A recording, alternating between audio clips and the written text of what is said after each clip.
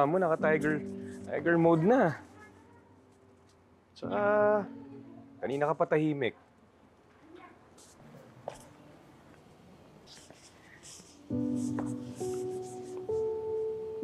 Wala. Naisip ko lang yung mga nangyari kanina. Pati tuloy si Tinang nadamay pa sa gulo. Ayos naman yung nangyari kanina, di ba? Ewan ko ba? Pakiramdam ko kasi manganganak pa yung mga nangyari. Tatakot ako. Hindi ako papayag na pagkatapos ng lahat ng nangyari, mauuwi lang sa wala ang lahat.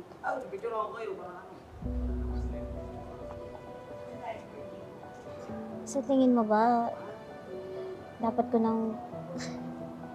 nang kontakin si Bonnie para dun sa mga rape-related cases sa library ng lab? Hilet, tigilan mo muna yung pag-overthink, okay? We are here to celebrate your Tinang's birthday. Remember? Payat ako dyan. Uy, anak! Ano? Asan si Ate Sis? Sis, ready na! Pabayin ko na siya. Siyempre, ako pa ba? Ready na, dali! Ready na! Wala naman surprise, dali. Ayusin mo naman. Ito na nga, inaayos ko na nga. Halika na. Kayo talaga?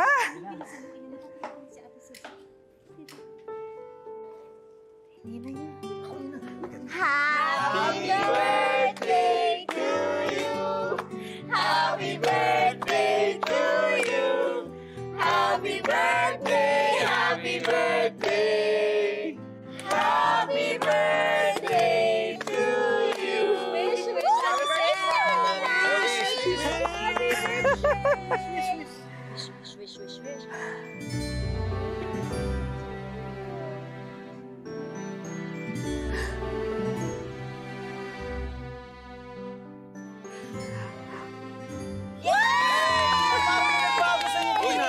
Ate ko, ha? Naka-blush on ka, ha? Naka-eyeshadow.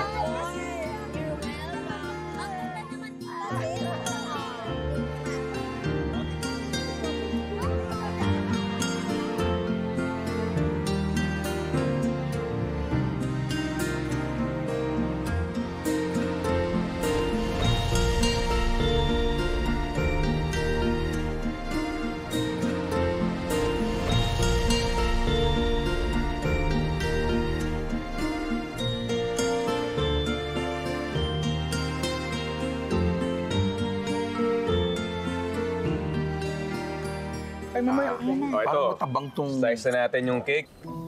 Pero, ako bago natin i-slice yung cake, Tinang Ses, baka pwede namang mag-speech ka muna, di ba? Ikaw talaga attorney, ha? May pa-speech ka pa. Yan. Teka, ano nga ba? Masaya ako.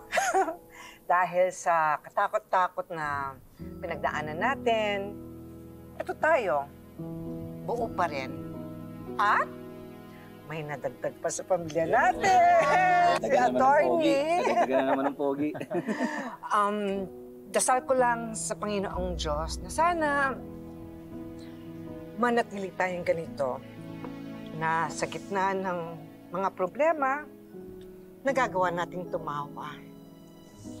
At masaya ako dahil kahit tumanda akong single, Tayo sure. may pamilya naman ako.